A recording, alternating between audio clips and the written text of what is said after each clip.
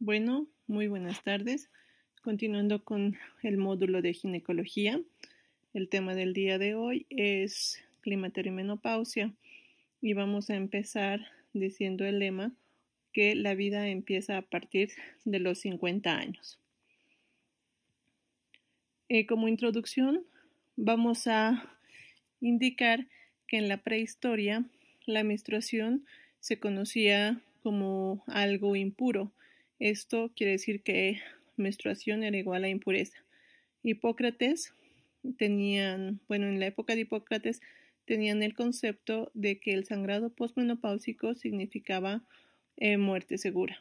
En los años después de Cristo, las mujeres llegaban a una vida media de los 28 a 33 años. Eso quiere decir que no alcanzaban a la menopausia.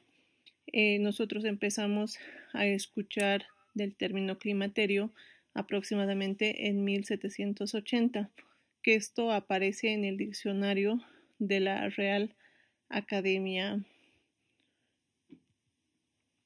También sabemos que en el Imperio Romano la edad promedio de que la mujer sobrevivía era los 23 años.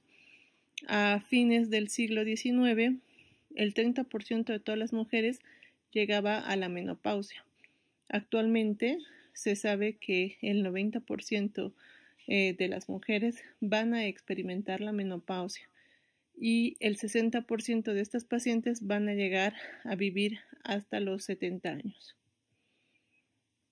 Entonces, también vamos a indicar que hubo un primer congreso, el primer congreso internacional de menopausia y climaterio, que fue en 1976. Acá empiezan a dividir lo que es la etapa del climaterio en tres eventos muy importantes. Uno, lo que es la fertilidad, que corresponde a la etapa premenopáusica. En este término nosotros vamos a tener los trastornos del ciclo menstrual. Pueden haber alteraciones o síntomas vasomotores. Posteriormente vamos a entrar a lo que es a la perimenopausia, que esta etapa vamos a tener los síntomas vasomotores y debemos, además de concientizar a las pacientes y realizar una prevención acerca de la osteoporosis y las enfermedades cardiovasculares.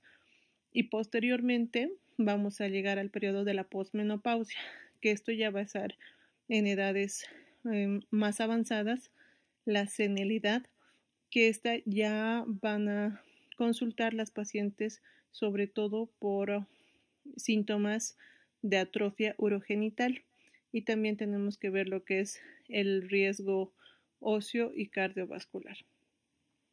Entonces, vamos a definir al climaterio y menopausia como la época en que transcurre aproximadamente entre los 45 y 64 años de edad, que ésta se encuentra comprendida entre la etapa fértil y no fértil de la mujer. Esto es algo muy importante, ya que en este periodo nosotros vamos a poder preparar para llevar a una mejor calidad de envejecimiento de los órganos y tejidos en nuestras pacientes.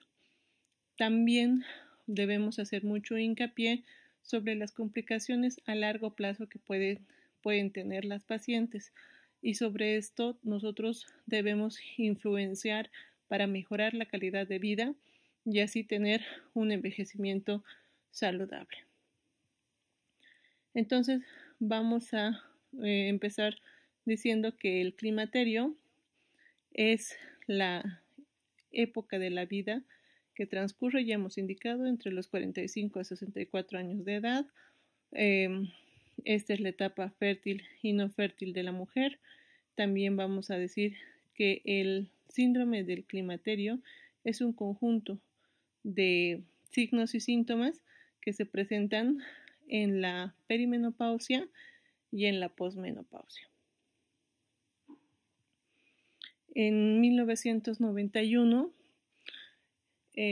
Utian propuso una nueva clasificación que en esta divide en 4 tipos o 4 grupos. El grupo A, que corresponde a un climaterio espontáneo, este va a ser estrógeno dependiente y van a tener ovarios intactos. No va a haber una compensación ovárica. El tipo B, que corresponde a un climaterio espontáneo, estrógeno dependiente, pero acá ya va a haber un compromiso de la función ovárica. El tipo C, que es el climaterio que se va a presentar secundario a una agenesia ovárica o ovarios ausentes. El tipo D, que este ya va a ser un climaterio inducido y iatrogénico, que va a ser ya sea por una extirpación quirúrgica de los ovarios o secundario al uso de quimioterapia, radioterapia. Sabemos como epidemiología que la edad promedio de la menopausia es de 51.4 años con una desviación estándar de más o menos 3.8 años. Vamos a decir que puede haber una menopausia precoz cuando la paciente va a presentar la sintomatología antes de los 40 años y vamos a decir que es tardía después de los 55 años. Sin embargo, cabe recalcar que algunos libros indican que puede haber una menopausia precoz cuando es antes de los 35 años. Se sabe que la esperanza de vida en el 2005 se estableció para las mujeres que era aproximadamente 79 años de edad. Se espera para el 2035 1 de cada 3 mujeres estará en la etapa del climaterio o posmenopausia, con una expectativa de vida aún más alta que va a ser de 83.4 años. Sabemos que hay algunos factores que van a afectar o adelantar lo que es el climaterio, entre los cuales tenemos el uso del cigarrillo, ya que hay algunos estudios que indican que la nicotina puede acelerar la atresia folicular. Entre algunos factores de riesgo para que la paciente pueda tener sintomatología climatérica, tenemos el nivel sociocultural, pacientes de población urbana, ingreso económico alto, un estilo de vida sedentárico, pacientes que sean obesas, que no hagan actividad física, una dieta excesiva en calorías, el tabaquismo, los extremos, como sabemos, nunca son buenos, un índice de masa corporal menos de 18 o mayor a 30, una menarca tardía, que esto también, o antecedentes de que la paciente haya tenido estados de depresión y ansiedad. Este es un cuadro donde les traigo el efecto que tenemos de los estrógenos en los diferentes tejidos y órganos del cuerpo. Como sabemos, cuando hay una alteración a nivel de los estrógenos, podemos presentar sintomatología tanto en cerebro, corazón, hígado, en el ovario, en la vagina, en el hueso, en el útero, en el seno. Ya conociendo todo esto, pues vamos a decir que la menopausia precoz, esta se va a presentar aproximadamente en el 1% de las mujeres. Va a haber una falla ovárica. Habíamos indicado que la edad promedio son los 40 años, sin embargo, hay algunos que dicen que puede ser desde los 35 años válido. Lo que se va a presentar, las pacientes presentan una amenorrea primaria o pueden tener una amenorrea secundaria y ya van a presentar una alteración de los valores de las gonadotropinas. ¿Esto qué quiere decir? Que va a haber un aumento de la LH y FSH y va a haber una disminución de los niveles de estrógeno. También sabemos que la causa de la menopausia precoz en el 60% es idiopática o desconocida. Y bueno, la fisiopatología lo que nos indican es que se debe a un agotamiento folicular por una velocidad acelerada de la depresión folicular o un número reducido. En esta diapositiva les traigo algunas causas que están relacionadas con la menopausia precoz, entre las cuales podemos tener anomalías cromosómicas, trastornos autoinmunes, enfermedades metabólicas, endocrinopatías, antecedentes familiares, iatrogénica por cirugías pélvicas, quimioterapia, radioterapia o en algunos casos muy raros, lo que es el síndrome del ovario resistente a las gonadotropinas. Les traigo acá que las pacientes, bueno, en la parte posterior, al final de la plática, les voy a hablar un poco de lo que es el Strauss. En esta gráfica les presento los signos, sintomatologías que vamos a poder encontrar en las pacientes, que son los signos vasomotores. Estos pueden ser leves, moderados, severos. Como sabemos, un 10 a un 15% de todas las pacientes van a presentar una sintomatología severa. Sin embargo, sabemos que la menopausia puede durar aproximadamente entre 10 a 12 años, dependiendo de la paciente. Acá tenemos algunos estadios que podemos encontrar esta sintomatología vasomotora. Hablando ya un poco de lo que es la premenopausia, sabemos que este es un periodo de transición hasta la menopausia. En este periodo nosotros vamos a tener un aumento aún mayor de las gonadotropinas. La FSH va a estar por valores algunas veces más de 30. Esto es secundario a que va a haber una disminución de la producción de la inhibina, que esta es necesaria para que actúe el eje hipotálamo-hipófisis. Por consiguiente, va a haber una disminución de los niveles del estradiol, que vamos a decir que un valor por debajo de 20 picogramos por mililitro es ya un valor menopáusico, después de 6 meses de la desaparición de la menstruación en una mujer. Entonces, entre el cuadro clínico, la paciente va a presentar trastornos menstruales, polimenorrea, oligomenorrea.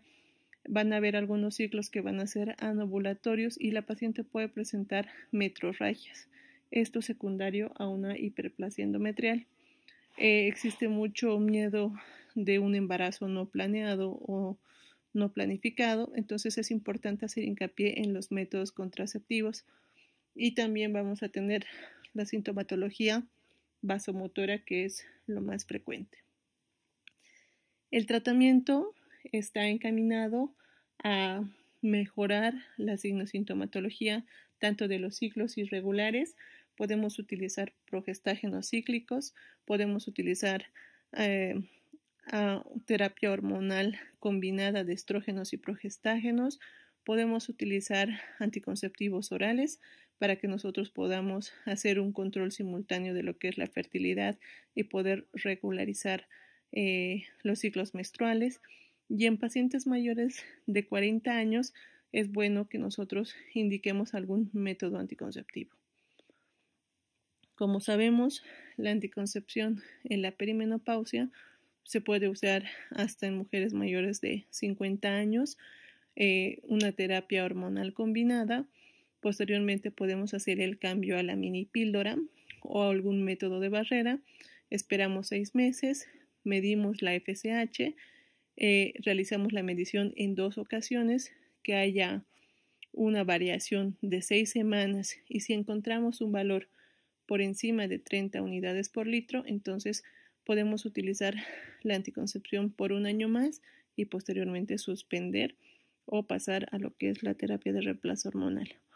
Si los valores en ambos resultados nos dan menos de 30 unidades por litro, entonces la conducta sería continuar con la anticoncepción con la mini píldora o barrera por 1 año más y pedir posteriormente un nuevo perfil hormonal, una FSH y valorar hasta que nosotros tengamos el valor por encima de 30 unidades, que ya vamos a tener que con este valor pues ya la paciente va a estar en la etapa del climaterio o la menopausia. Hablando un poco de lo que es la perimenopausia, Sabemos que esta es una etapa que aproximadamente dura alrededor de un año. Este es un diagnóstico retrospectivo. Se va a realizar después de que la paciente ve la última menstruación y se identifica porque vamos a tener aún la presencia de sintomatología vasomotora y la menorrea, que va a ser de un año. Posteriormente vamos a pasar a la posmenopausia, que esto se define como el último periodo menstrual luego de 12 meses de amenorrea. Ocurre una serie de cambios que va a presentar la paciente. Acá les traigo un diagrama. Como vemos, va a haber una alteración a nivel del eje hipotálamo, hipófisis, ovario, que va a aumentar, va a disminuir los pulsos de la inhibina. Por consiguiente, va a aumentar la pulsación de la GnRH. Esto va a llevar a un aumento de la FSH y LH y va a producir una disminución de los estrógenos. Esto va a cambiar una alteración tanto a nivel neuroendocrino, que vamos a ver diferentes alteraciones, que esto va a estar vinculado al cambio que se produjo a nivel central, y vamos a tener la aparición de sintomatología vasomotora. El 70 a 80% de las pacientes van a presentar sofocos, que es lo que más les molesta a las pacientes. Algunas van a tener trastornos psíquicos como la irritabilidad y la depresión. También vamos a tener lo que son las modificaciones clínicas. Entonces, como sabemos, los estrógenos van a actuar en diferentes órganos y tejidos, y todo esto nos va a llevar a que haya un aumento de la FSH por valores. Algunos indican de 30, otros indican de 40 miliunidades por mililitro, y va a disminuir los estrógenos. Esto es muy importante que ustedes tengan presente. En la menopausia lo que pasa es que aumenta la FSH y disminuye los estrógenos.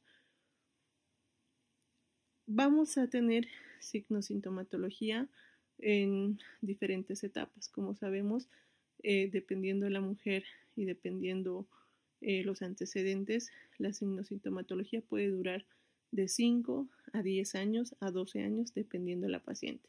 Entonces, las alteraciones que nosotros vamos a encontrar pues van a ser a corto plazo, a mediano plazo y a largo plazo. Entre las alteraciones a corto plazo vamos a tener alteraciones neurovegetativas, lo más frecuente, que son los sofocos, la sudoración, palpitaciones, náuseas, cefalea, insomnio. Alteraciones psicológicas como la habilidad emocional, insomnio, nerviosismo, irritabilidad, disminución del líbido. A mediano plazo, las pacientes van a presentar atrofia urogenital. Esto va a llegar por consiguiente a una disuria, poliaquiuria, sequedad vaginal, incontinencia urinaria, atrofia de piel y de fanelas. Y a largo plazo, pues las molestias, que son las que nosotros debemos prevenir e intentar tratar, que son las enfermedades cardiovasculares y la osteoporosis. Acá les traigo una gráfica de la edad. Como habíamos indicado, 51 años, puede variar más o menos 3. Entonces, los síntomas tempranos van a ser los síntomas vasomotores. Los síntomas tardíos van a ser relacionados a lo que es alteraciones urogenitales, atrofia vaginal, atrofia de la piel, y ya los síntomas tardíos que vamos a ver entre los 65 a 70 años de edad, que va a ser las enfermedades secundarias que debemos prevenir, que es la osteoporosis, arteriosclerosis y enfermedades cardiovasculares. Acá también tenemos lo que es los cambios. Como sabemos, va a disminuir los estrógenos, y esto también va a alterar lo que es el perfil lipídico. Las pacientes pueden tener hiperlipidemias, síntomas vasomotores, la menopausia que ya se va a presentar. Va a haber alteraciones en la densidad mineral ósea, que esto puede llevar a una osteopenia. Las pacientes van a presentar alteraciones urogenitales, que va a llevar a una disfunción sexual, y a la larga, si no tratamos la osteopenia, pues la paciente va a llegar a tener problemas de osteoporosis. Ya también van a presentar la atrofia urogenital, posteriormente lo más temible y lo que debemos tratar, las enfermedades cardiovasculares, y a la larga pues la paciente también puede presentar cuadros de Alzheimer. Hablando un poco de lo que son las alteraciones neurovegetativas, sabemos que como va a haber una alteración a nivel del eje hipotálamo-hipófisis, pues entonces todo esto va a llevar a que la paciente presente sintomatología vasomotora. Se dice que hasta el 75-80% van a presentar lo que son los sofocos. Esto es lo más frecuente y característico en el climaterio. Se presenta de forma repentina, transitoria, que va a haber un calor de intensidad variable. Se va a presentar a nivel de cara, cuello, puede estar acompañado o no de enrojecimiento cutáneo y sudoración. También vamos a ver que va a haber una alteración en lo que es el centro termorregulador. Y bueno, esto también va a presentar que la paciente presente sudoración profusa. En alguna proporción va a haber una alteración en lo que es el sueño, porque va a disminuir la duración del periodo REM, que estos son los movimientos oculares rápidos, y esto secundariamente pues va a causar irritabilidad diurna de las pacientes. Entonces, como sabemos, al haber una disminución de la inhibina B, va a haber un aumento de la FSH, aumento de la LH, disminución de los estrógenos, disminución de la progesterona. Por lo tanto, esto va a alterar a nivel central algunos centros de la termorregulación, va a aumentar la noradrenalina, disminuye la dopamina, disminuye la serotonina, aumenta las quispeptinas, aumenta el cortisol y por lo tanto esto altera el sistema termorregulador, va a aumentar la temperatura y va a provocar una sudoración secundaria a una dilatación periférica. Esto se debe por alteración, un desequilibrio entre las catecolaminas y la serotonina. Entonces va a haber una activación del eje hipotálamo hipófisis adrenal, aumenta la secreción del cortisol, como respuesta del estrés va a haber una vasodilatación e incrementa las catecolaminas, que es lo que se justifica la producción o los síntomas que refiere la paciente de la sudoración y los sofocos que tiene. Este es un cuadro que vemos en el libro de Gori, donde también indica el mecanismo endógeno de los sofocos. Disminuye los estrógenos, disminuye la actividad de opioide, disminuye los neurotransmisores, la noradrenalina, la dopamina, altera el centro termorregulador, provoca los sofocos y bueno, altera lo que es la hormona liberadora de gonadotropinas. También va a haber alteraciones psicológicas. Existen diferentes estudios que muestran el efecto de los estrógenos en el área cognitiva y afectiva, que esto va a producir fluctuaciones en los niveles hormonales de estrógeno, serotonina y adrenalina, va a alterar el receptor GABA, disminuye la progesterona y va a producir lo que son la depresión en pacientes menopáusicas, el síndrome premenstrual en mujeres en edad fértil y en la depresión en el posparto. Entonces, estas alteraciones psicológicas nos van a llevar a que la paciente tenga alteración en la memoria, insomnio, irritabilidad, va a tener algunos síntomas que incluyen astenia, adinamia, irritabilidad, nerviosismo, humor fluctuante, tensión, depresión, ansiedad, cefalea, frigidez. Bueno, eso es en cuanto a la sintomatología psicológicas. También va a haber una alteración en lo que es el sistema urogenital. Sabemos que el tracto urogenital es muy sensible a la concentración baja de estrógenos. Entre los 50 a 60 años va a haber un descenso estrogénico, que esto va a hacer que se produzcan trastornos urogenitales. A veces hay algunos que integran 3 grupos de alteraciones que se pueden presentar en este nivel. Uno es la mucosa atrófica. Posteriormente, las pacientes van a tener sequedad vaginal, disuria, frigidez y dispariuria. Otros son lo que son las infecciones urinarias recurrentes y la disfunción uretrovesical. Entonces, el hipoestrogenismo, como habíamos indicado, produce una atrofia del epitelio vaginal. Va a haber una disminución de los lactobacilos, va a alterarse el pH, va a haber una pérdida del grosor, de la rugosidad, va a alterarse la humedad y la elasticidad. También va a haber un aumento de la dispariuria, como habíamos indicado. Se sabe que a nivel de la vejiga va a disminuir lo que es la capacidad contráctil del músculo detrusor, por lo tanto va a haber una alteración en la capa protectora de los glucominoglucanos, y a nivel del piso pélvico pues va a alterarse el sostén de la porción diafragmática de la uretra y las pacientes van a tener por consiguiente incontinencia urinaria de esfuerzo, incontinencia urinaria voluntaria. La Sociedad Internacional de Continencia Urinaria define la incontinencia urinaria de esfuerzo como la condición en que, estando consciente, se pierde orina involuntariamente, que esto está provocado, es un problema social higiénico. Es importante que nosotros sepamos que en los 55 a 60 años van a aumentar los trastornos urogenitales. Se sabe que el 22 a 53% de las pacientes entre las edades de 45 a 65 van a tener algún grado de incontinencia, y esto va a aumentar hasta un 30% en pacientes mayores de 60 años. Hablando un poco de lo que son los cambios dermatológicos, sabemos que al disminuir los estrógenos, la piel se adelgaza, se seca.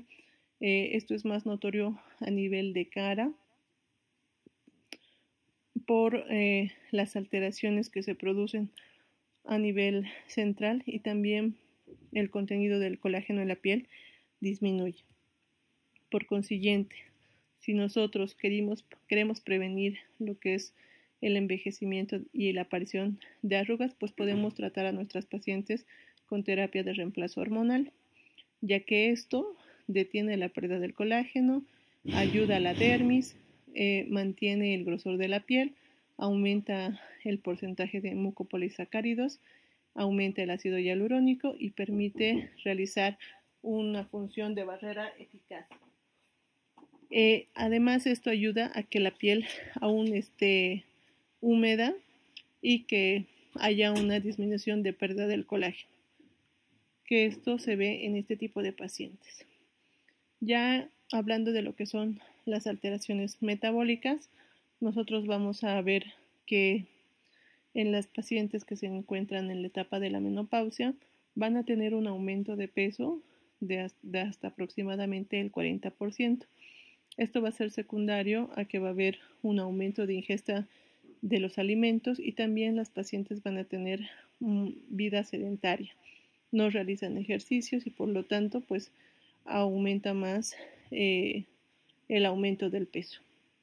Sabemos que con el aumento de peso y la obesidad aumenta aún más el riesgo de enfermedad cardiovascular, que esto puede llevar a un aumento de la morbimortalidad.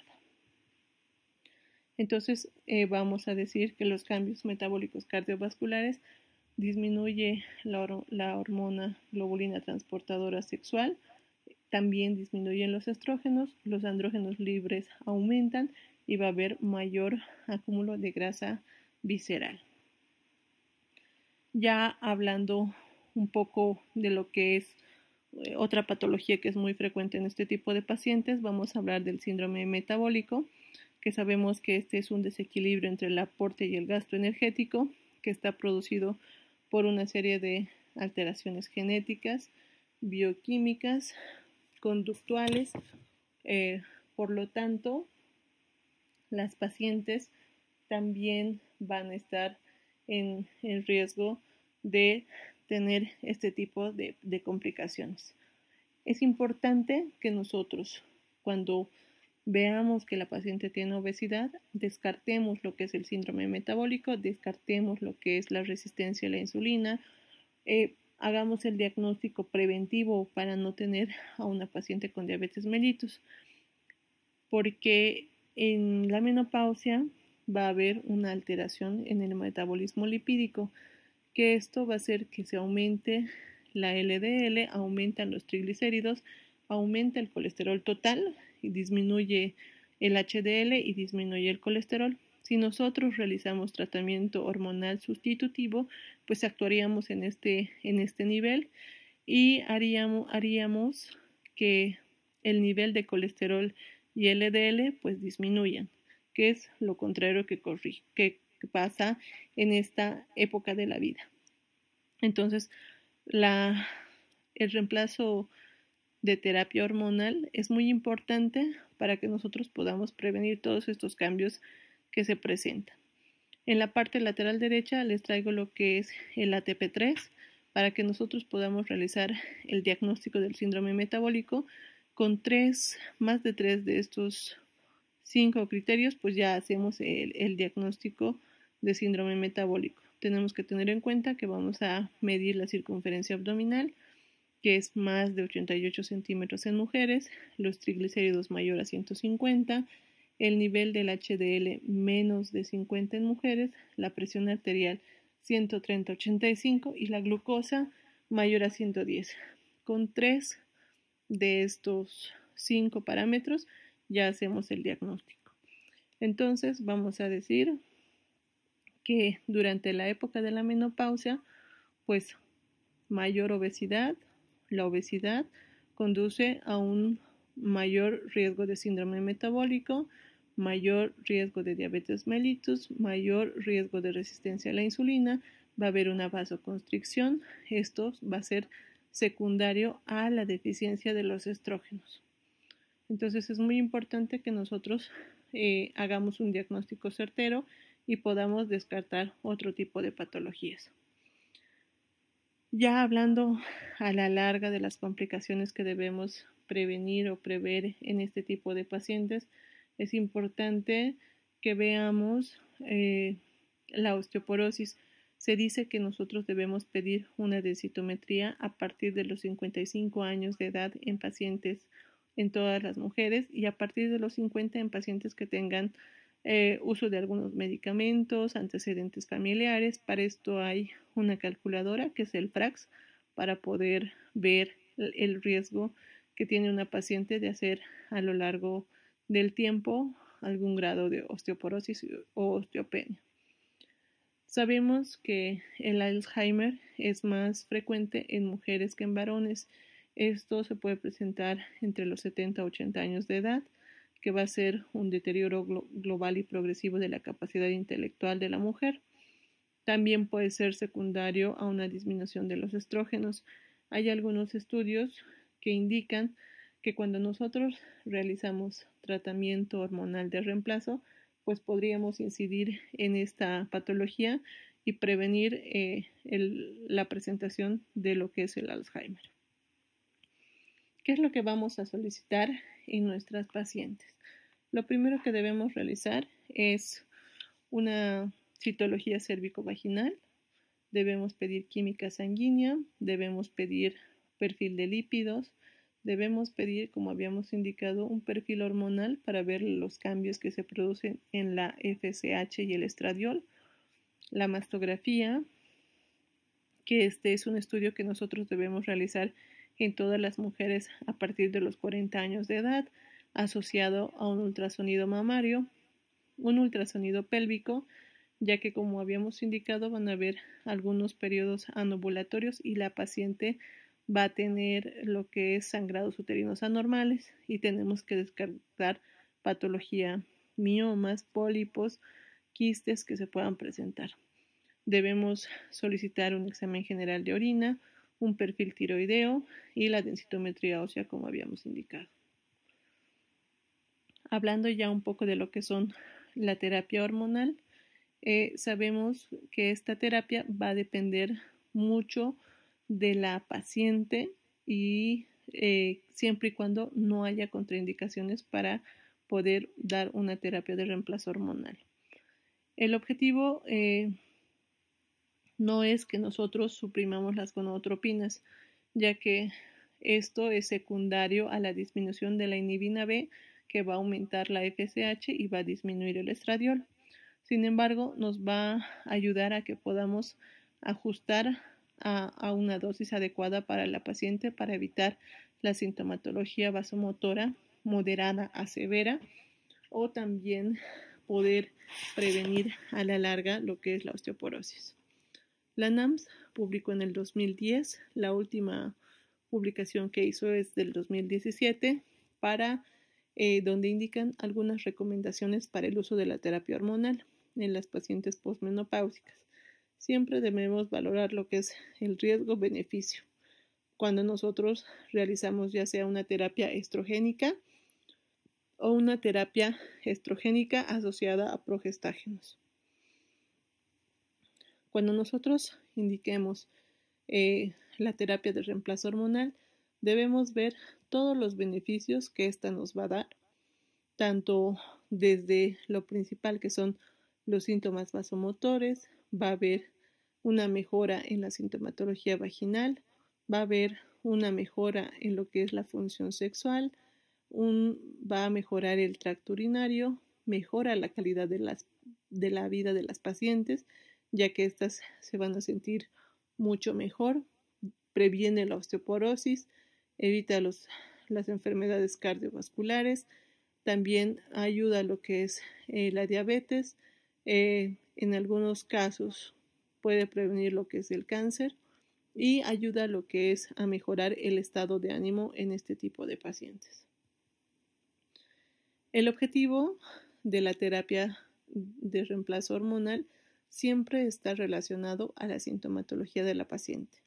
Vamos a decir que, a la sintomatología moderada a severa que pueden presentar, ya sean los sofocos o los trastornos urogenitales, y a la larga, si nosotros damos terapia de reemplazo hormonal, pues vamos a prevenir enfermedades a largo plazo, como es la osteoporosis y la enfermedad cardiovascular.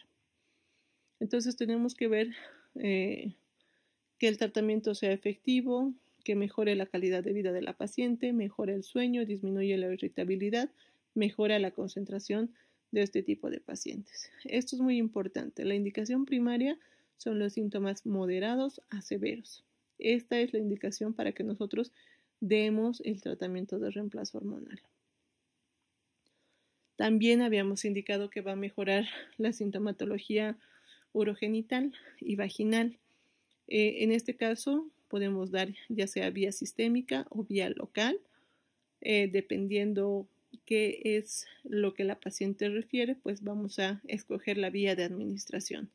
También sabemos que menos dosis es mejor y hay algunos esquemas de administración intermitente.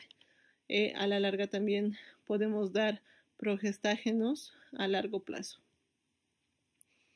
Ya hablando de la mejora de lo que es la función sexual, sabemos que la terapia estrogénica mejora el orgasmo, mejora el líbido, mejora lo que es la persistencia de la actividad sexual en estas pacientes.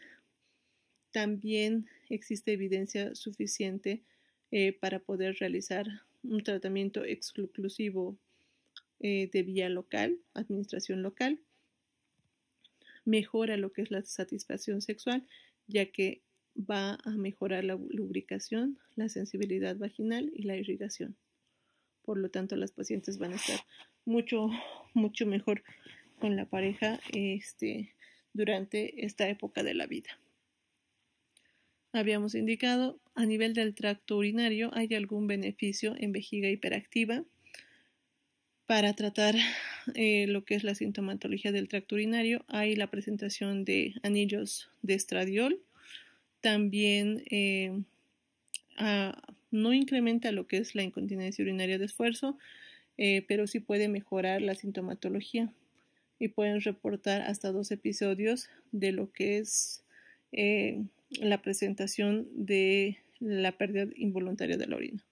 Si nosotros damos vía sistémica, pues disminuye un poco o exacerba la incontinencia urinaria de refuerzo, puede incrementar el riesgo de litiasis renal y bueno, no está directamente aprobado para este uso. Como habíamos indicado, previene la osteoporosis, por lo tanto, va a reducir el riesgo de fracturas vertebrales y no vertebrales, va a ser como preventivo para mantener la densidad mineral ósea. No existe terapia hormonal probada para este fin y lo que generalmente el propósito es reducir el riesgo de fracturas a la larga y también no debemos suspender de forma abrupta, tiene que ser en forma secuencial. Los efectos cardiovasculares, pues sabemos que va a mejorar ya sea la enfermedad cardiovascular, previene las tromboembolias, las cardiopatías isquémicas y el engrosamiento de la capa interna de la carótida. Como generalidades sabemos que la duración, algunos indican que puede ser más de 5 años. Lo principal y lo que nosotros deseamos es mejorar la sintomatología de moderada a severa. Si persiste aún con la terapia, pues debemos suspenderla y sabemos que va a evitar el riesgo de fracturas. Cuando descontinuar es controversial, no hay un tiempo indicado o que digamos en esta paciente 5 años y suspender, todo va a depender de la paciente, la decisión es individualizada, siempre tenemos que ver el riesgo-beneficio al dar este tipo de tratamientos.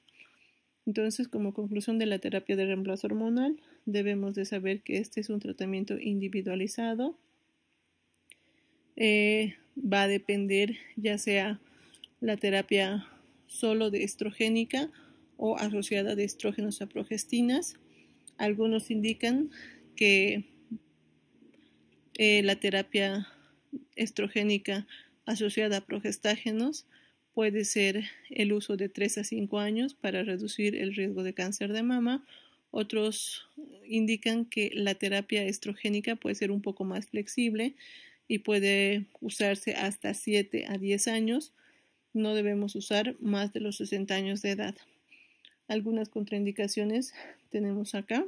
Las absolutas es cáncer de mama, útero, mama, cáncer de útero, estrógeno dependiente, una enfermedad tromboembólica activa, una enfermedad hepática activa o insuficiencia hepática o crónica grave. También está contraindicado en pacientes que tengan una hemorragia uterina normal no tratada o no diagnosticada, en pacientes que tienen porfiria o melanoma.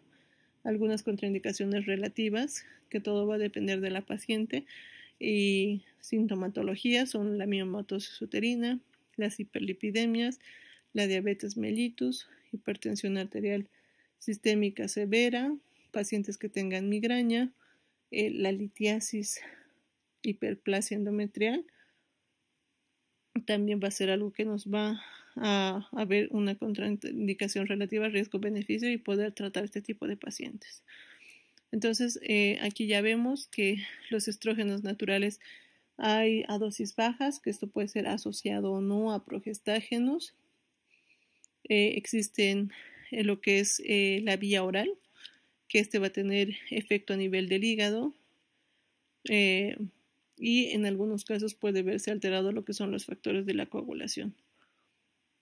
Entre los que tenemos es el estradiol micronizado, el valeriato de estradiol, estrógenos conjugados o el estriol. También tenemos vía parenteral, que esto se asocia a un perfil lipoproteico favorable, o tenemos la vía vaginal, que esto va a estar ya sea por óvulos, cremas o jaleas que tienen estriol, estroma y estrógenos conjugados. Los efectos colaterales de los estrógenos son que la paciente pueda presentar náuseas, cefalea, mastalgias, edemas y en algunos casos refieren hemorragia irregular.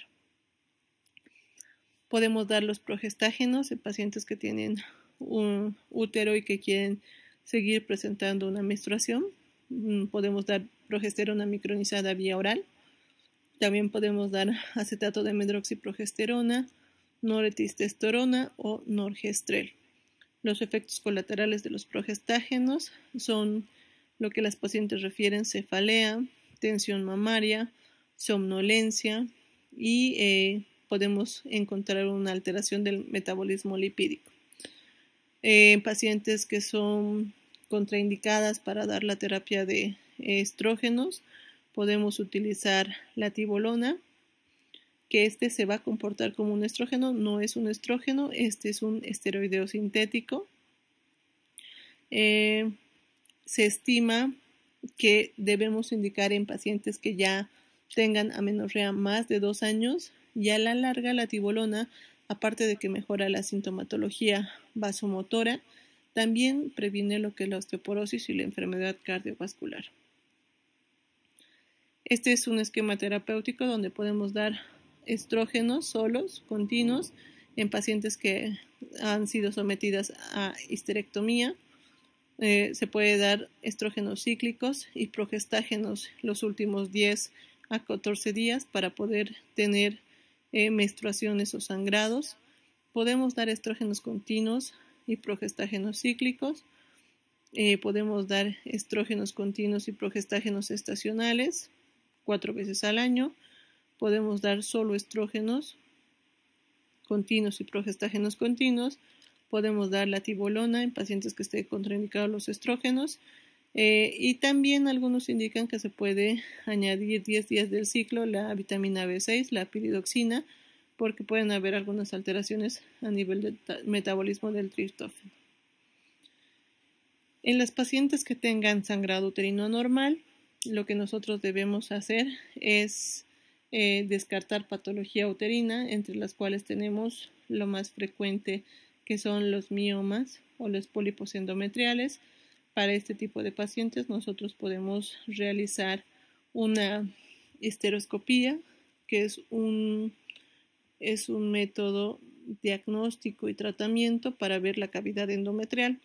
Generalmente se hace en los primeros 10 días del ciclo menstrual con cultivos negativos. La ventaja de este estudio es que nosotros vamos a ver y tratar.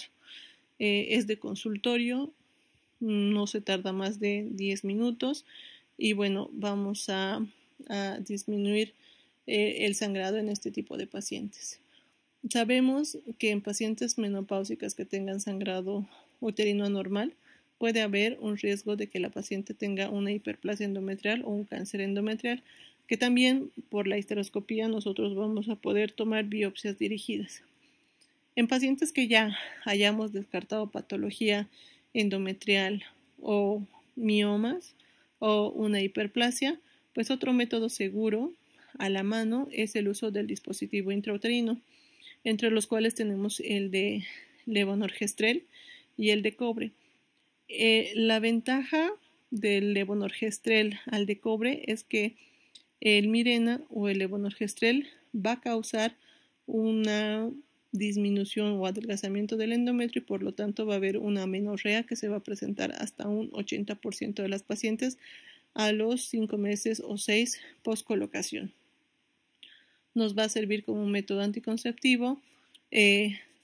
Las ventajas que va a tener es que es efectivo, es de larga duración, dura 5 años. En algunas pacientes menopáusicas hasta hay reportes del uso de 7 años, que les mejora la sintomatología tanto del sangrado y les sirve como método contraceptivo. Disminuye el sangrado y en pacientes con hiperplasia también puede disminuir esta patología, y a la larga lo que va a hacer es que va a disminuir el riesgo de cáncer de endometrio. Las desventajas es que algunas pacientes pueden presentar una dismenorrea leve. Van a ver lo que es una hemorragia intermenstrual. Puede haber riesgo de infección, de perforación a la colocación, aunque el porcentaje es bajo. Y bueno, en caso de que falle como método contraceptivo, puede haber el riesgo de embarazo ectópico.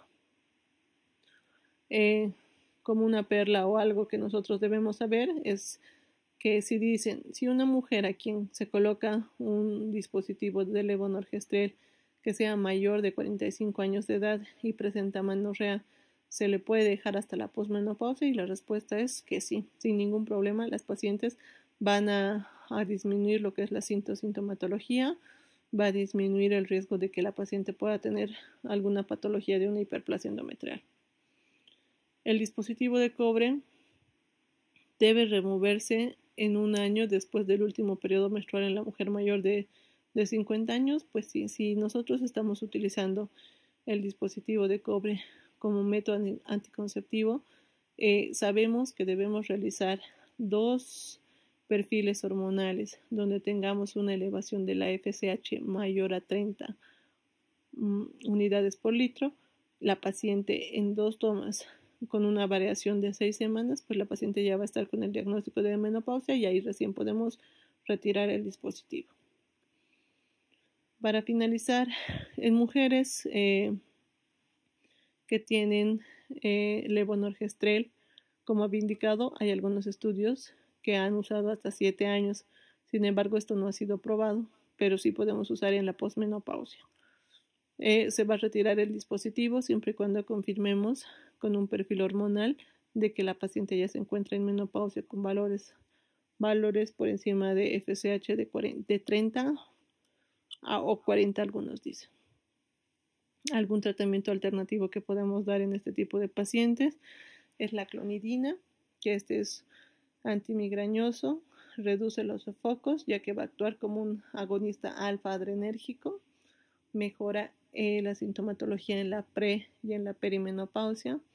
En la posmenopausia el efecto es parcial. Podemos darles la verilaprida, que esto va a reducir los sofocos por la actividad antidopaminérgica. El efecto adverso que la paciente va a tener es que puede presentar galactorrea. Tratamiento no farmacológico, lo que son los fitoestrógenos, dieta rica en soya. Como habíamos indicado, hay actualmente algunas tabletas que vienen con soya, que esto puede ayudar a mejorar la sintomatología vasomotora. Ya hablando un poco de lo que es el Strauss, en estas diapositivas yo sé que no es lo que viene en el libro de base de lo que es la residencia médica. Sin embargo, es necesario que nosotros nos vayamos actualizando y debemos saber que el Strauss, es el gold estándar para poder nosotros tener una terminología universal y poder estadificar a las pacientes, ya que esto va a categorizar los últimos 10 a 15 años del envejecimiento reproductivo en la mujer. Estos son los estados reproductivos del envejecimiento de la mujer. Se empezó a salir el 2001, posteriormente se hizo una revisión el 2012 y es lo que ahora les voy a mostrar un poco para que tengamos un poco de idea de cómo se trata y qué es lo que deberíamos hacer. Entonces, esta es para unificar, como habíamos indicado, la nomenclatura. Va a haber lo que es las irregularidades del ciclo menstrual, que este es un criterio muy importante. Va a haber lo que son los criterios independientes de la edad y los síntomas o la patología que la paciente pueda tener, y va a valorar lo que son los biomarcadores que consideran de apoyo para poder realizar el diagnóstico en este tipo de pacientes. Acá les traigo, este es el Strauss más 10.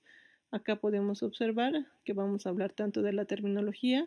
Esta es la premenopausia o la etapa reproductiva, la menopausia o la transición y la posmenopausia. Vamos a poder ver la duración, que esta puede ser temprana, tardía. Va a haber en algunos casos ya vamos a ver por años. Posteriormente vamos a ver lo que son los cambios en el ciclo menstrual, que esto se va a presentar sobre todo en la edad reproductiva y la transición de la menopausia. Y posteriormente, pues para poder realizar el diagnóstico sabemos que debemos tener un perfil hormonal, que esto también va a ir variando dependiendo la etapa que se encuentre la paciente.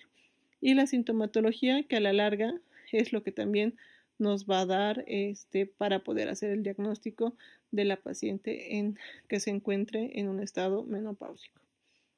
Vamos a decir que en la etapa reproductiva nosotros podemos encontrar -5, -4, -3b y -3a.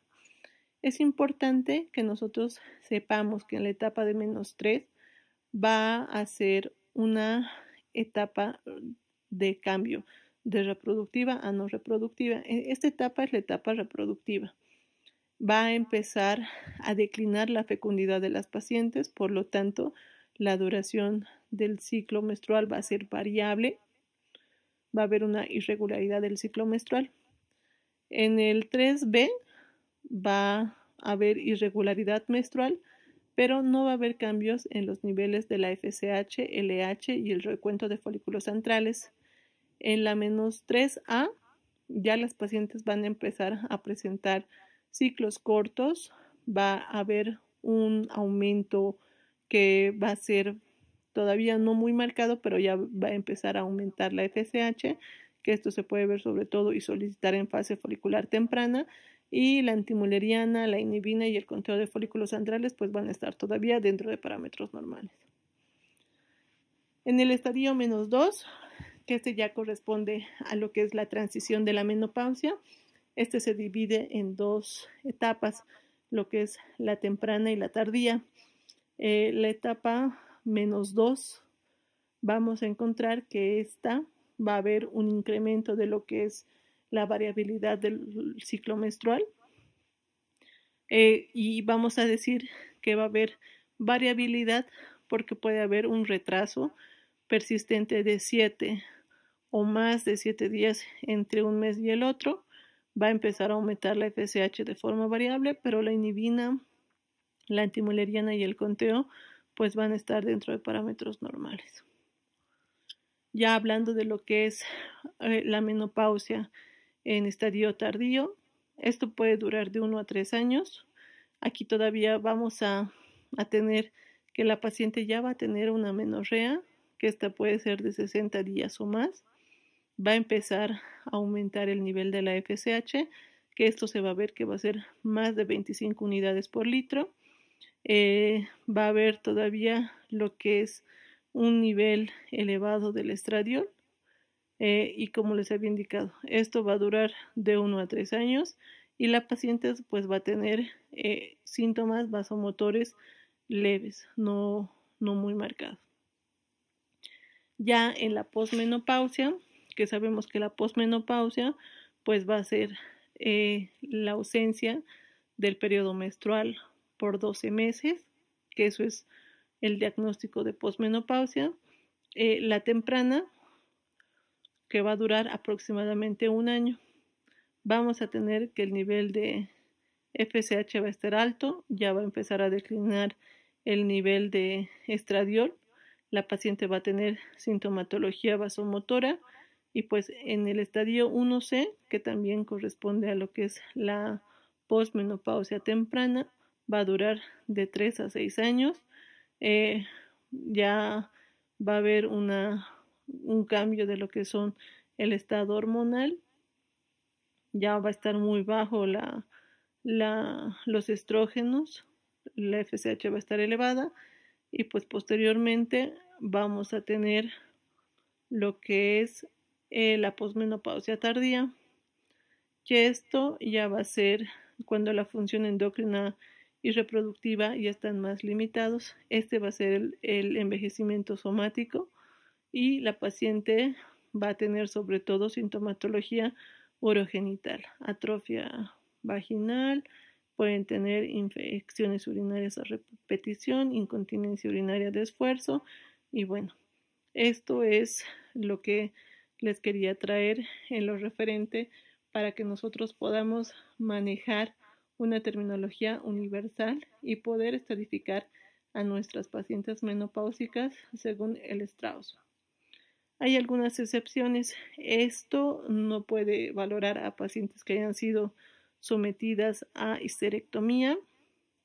No entran las pacientes que hayan sido sometidas a quimioterapia o radioterapia, ya que sabemos que por este tipo de patologías las pacientes van a adelantar lo que es la transición a la menopausia. No se pueden catalogar a las pacientes que tengan ovario poliquístico y tampoco entran las pacientes que tengan VIH o SIDA.